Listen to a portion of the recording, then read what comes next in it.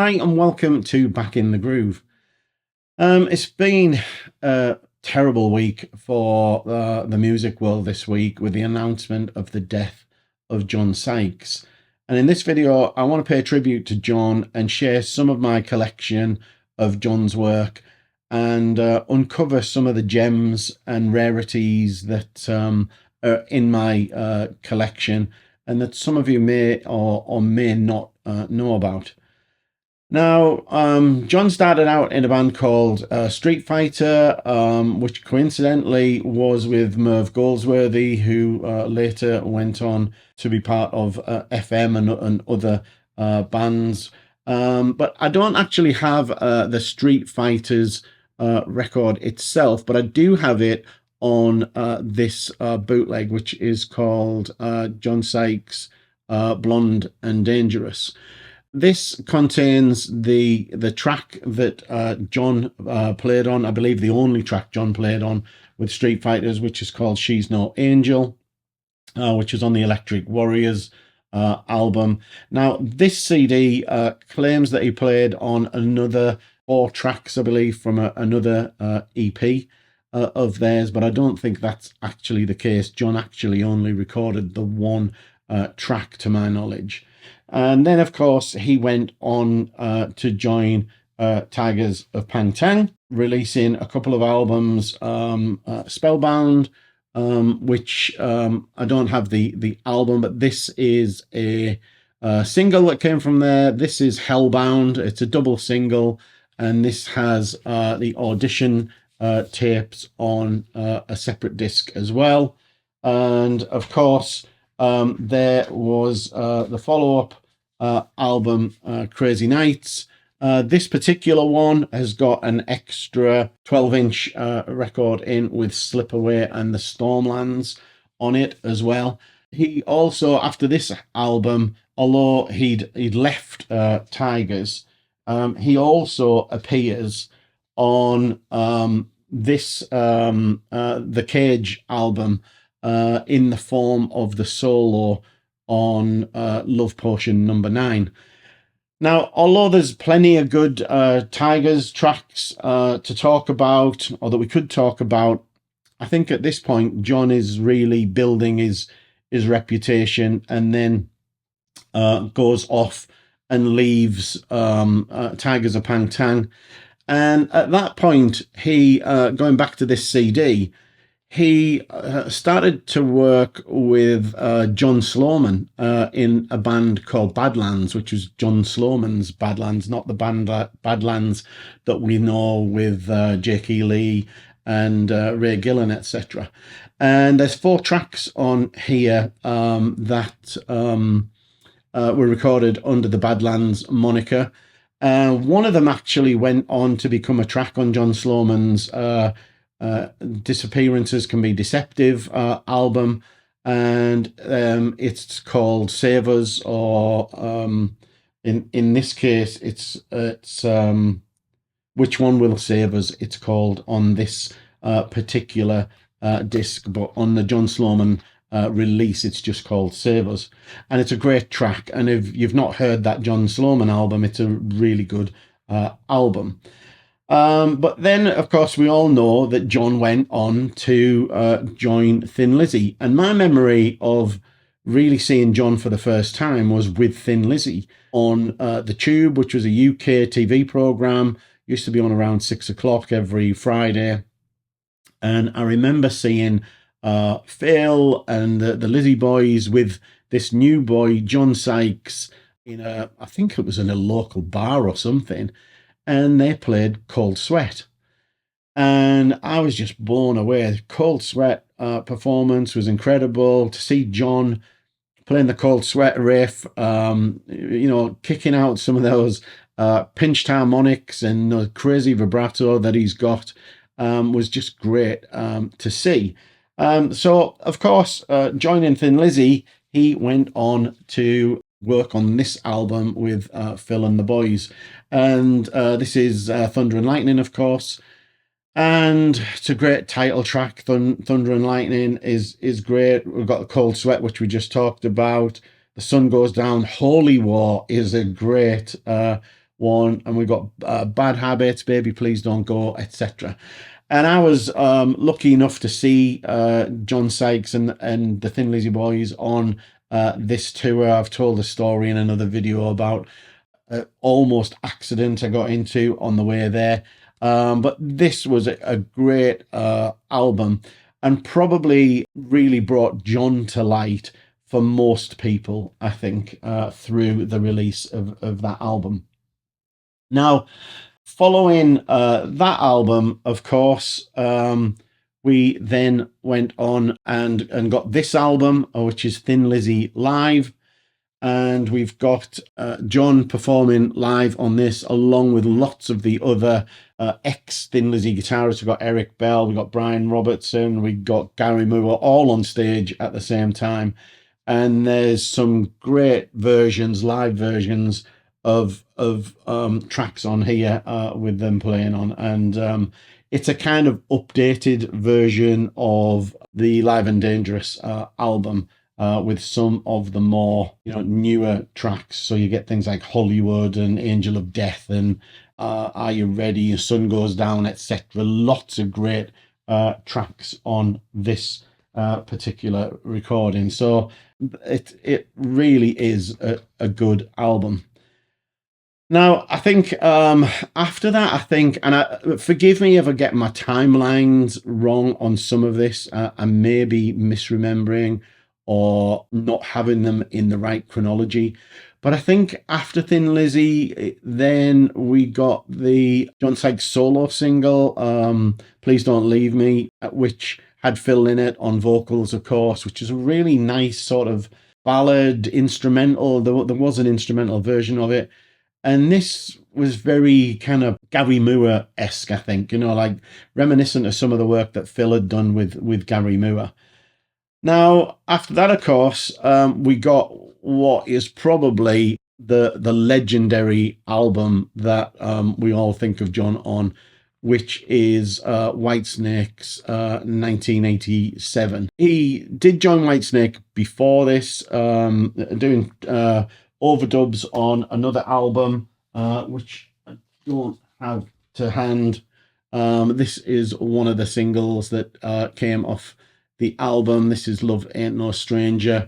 So the album was released and John was brought in to overlay some guitars essentially and give it more appeal for the American audience. Now, as we know, with 1987, this was a tumultuous coming together of Sykes and Coverdale, and they just really had a massive disagreement, big falling out, and therefore John never really supported the album after it was recorded. Now, there's some amazing songs on here. We've got the big one, Still of the Night, which is just got to be one of the most iconic songs of its time, with the amazing riff, the middle passage, which is very Zeppelin-esque, with kind of what sounds like a bowed guitar, in the way that Jimmy Page would use a violin bow, etc. That's how it sounded, at least. And then we've got lots of other things. Crying in the Rain is another great song. And then we've got the great version of Is This Love, of course. And then things like Straight for the Heart, etc. There's just every song on here is just a great song. Now, obviously, we've said that Coverdale and Sykes fell out, and Sykes was let go by Coverdale. He had to move on and decide what he was going to do next.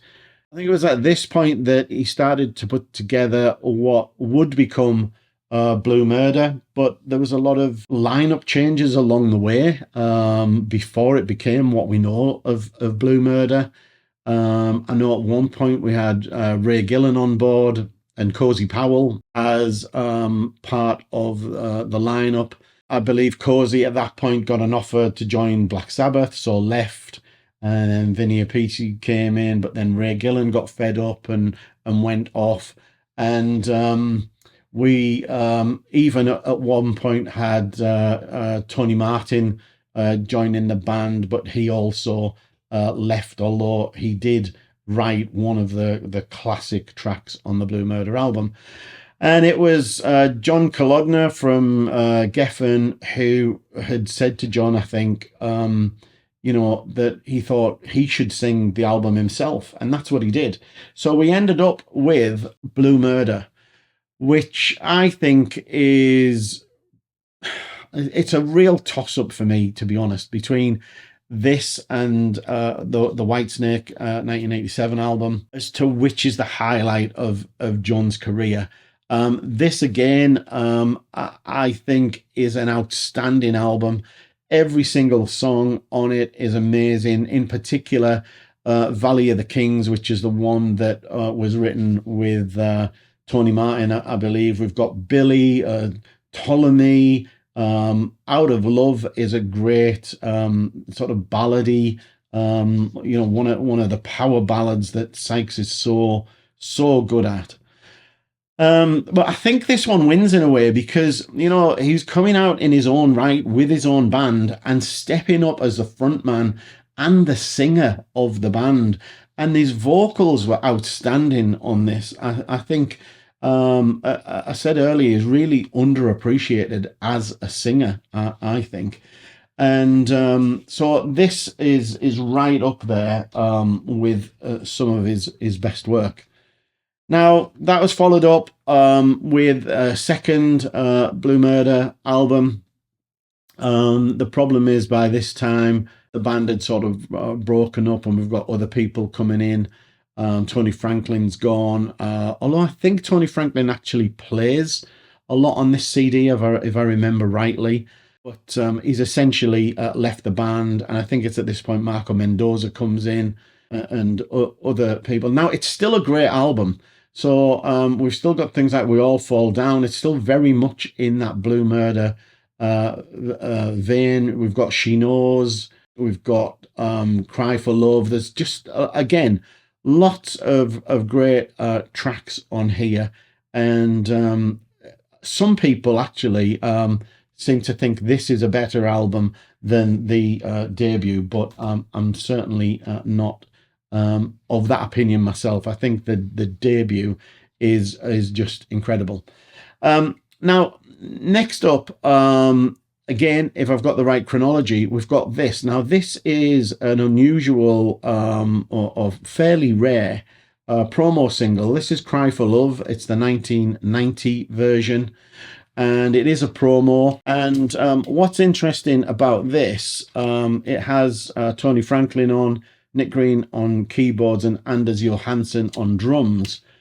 But what's interesting is it's got two additional tracks on, one called Riff and one called Blast from the Past. Now, Riff later goes on to become Soul Stealer from the next album. But obviously this is a very different recording and it's literally the riff for the song. And so this is a real gem and a real rarity because there's some unreleased material on this particular disc, and I think it goes for reasonable sums. Now, for whatever reason, John decided after that to drop the Blue Murder moniker and go with the Sykes moniker instead. And I think this was only signed as a contract in Japan, possibly. This is a very difficult disc to get hold of. I got this when it came out. This is a Japanese copy. I won't go to the trouble of getting all of the Orbi strips out and everything else. But this is a good album. This has got Soul Stealer on. Don't Believe in Anything. Now, I Don't Believe in Anything's got a real Soundgarden kind of vibe to me. So he's changing things up a little bit. You've got I Don't Want to Live My Life Like You, which is a little bit punky almost, or as punky as he gets. You got Jesus and Mary is a great track. So it's a good solid album, and not as great as the other Blue Murder albums, I don't think, and he certainly seems to be experimenting a little bit, and I think lyrically making it clear that he's his own man and he'll do things his way. Is the way that comes across. So a great, more unusual album of his to get your hands on, if you can get it easily. Now, next up, we've got an album released under the John Sykes moniker, not Sykes the band. So this is a true solo effort, shall we say. Again, a Japanese release. And I've got to say, this is probably my most favourite John Sykes album of all. It's really mellow in comparison to his other work. It's a lot of more ballady type songs or slower tempo, mid-tempo songs, less crunching guitars, but real good songwriting on here. Yeah, and a lot of it is kind of around those sort of lost love kind of themes. But there are some very Beatlesque things on here. We've got Wuthering Heights on here, which tells the traditional story of Wuthering Heights and Heathcliff and everything. And it's got this real Beatles vibe to me to it. And then there's another song on here, Don't Say Goodbye, which is all about John Lennon and John Lennon's assassination. And again, is quite Beatlesque in some ways. But then you've got other things, Don't Hurt Me This Way, Didn't We Say is a great ballad. So many good songs on this album. It really is one of my favourite albums of John's. Now, another rarity, and similar to that, is this, which is Discoverly. Now, this is a fan club release, only limited to 300 copies. And I'd love to say I have an original copy, but this is a CDR, unfortunately. But at least I have the music, and that's the music that is the most important thing to me.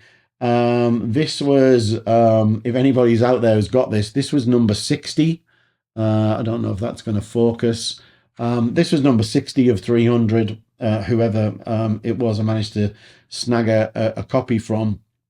And it's got a live show on here of Blue Murder, and it's got lots of alternate versions and demos and things of the tracks from the solo release. So, for instance, I said about Don't Say Goodbye. There are some versions on here that have samples of John Lennon speaking on them. And there's lots of other things on here. There's Do or Die, It's Too Late. And a lot of them have comments underneath them where they'll say that the vocals are up 5 decibels or the guitar's been raised 5 decibels, etc. So this is a real rarity in terms of availability, and you'll not find one of these. You can't get them on Discogs. I'm not sure what year it was released. It was 2000. It was released. Fan club only release, and I'm not even sure if the original CDs were just sort of printed on the top, so a bit of a homemade affair possibly. But anyway, next up is another Sykes album. We've gotten This 20th Century, which has got some good tracks on. Look in His Eyes is a great track. Found What I Needed, The Way You Kiss Me, etc. There's some really good stuff on here again, and continuing in that same vein. Though, if I'm honest, this is still not living up to albums that came before. After this, there was also Nuclear Cowboy, which I don't have a copy of. Nuclear Cowboy is probably, if I'm honest, John's worst effort. He seems to go very experimental with the album. a lot of different rhythms using other things that non-guitars, other sort of pads. It's almost quite industrial in parts, and it doesn't quite work for me at least. So Nuclear Cowboy was probably the biggest disappointment for me in John's catalogue. Now, another track that you may not be aware of is the track Heaven's Missing an Angel from the Hughes Turner project. This is an album which saw Glenn Hughes and Joe Lynn Turner come together and write songs together. They'd alternate tracks on the albums. And I was lucky enough to see Hughes Turner in concert. I wish John Sykes had walked on stage and performed this track with them. This is an outstanding track, to be honest. So if you've not heard this particular track, Heaven's Missing an Angel, which is partly sung by Glenn Hughes, as John Sykes on guitar, but John also does sing on the track as well, and it's a great track. So what else have we got here? Just some other bootlegs and unusual things. One album I didn't mention, somewhat out of sequence, is this one. This is Screaming Blue Murder, which actually says dedicated to Phil Lynott, but it's a Blue Murder live album. And this has got all of the classics on: Riot, Cry for Love, Cold Sweat, We All Fall Down. So this came out after the second album, so I'm a bit out of sync with my chronologies there. Also have a bootleg called Riot, a double CD bootleg, which is from those early tours as well. This is from 1993, live in Japan, and there's also some demos for the first album on here as well, which are quite interesting to see some of those. We've also got this one, another I think unofficial one, John Sykes by Request. Now this has Don't Say Goodbye on, which is the John Lennon related track that I mentioned earlier that came from the Loveland disc. It's also got an Old Grey Whistle Test performance of Love Potion number 9, and it's got some other things: Crying in the Rain, performed as Whitesnake in Canada in '84. And there are various other tracks on here: Blue Murder, Thin Lizzy, and also some tracks when John performed as part of the Three Musketeers, which was a moniker that he, Phil Lynott, Brian Downey, and I think Mark Stanway went out and performed under.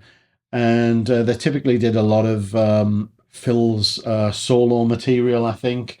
But that was a very short-lived project. And then, of course, I've mentioned the Blonde and Dangerous bootleg as well. So there you go. Some great recordings, great contributions from an amazing guitarist who's going to be sadly missed. He was really underrated, I think, in terms of his guitar playing. He doesn't necessarily get mentioned with some of the other great guitarists or the other more virtuoso guitarists. I think John was more in the traditional rock vein, your kind of Gary Moore types. And I think he took a lot of influence from Gary Moore and his style of playing with that incredible vibrato of his, and the tone was unbelievable. I hope you found that useful, and you've maybe learnt something or found some tracks that you maybe weren't aware of. If you did like the video, remember to give me a thumbs up, and I'd really appreciate your subscribing to the channel if you're interested at all. But until next time, bye for now.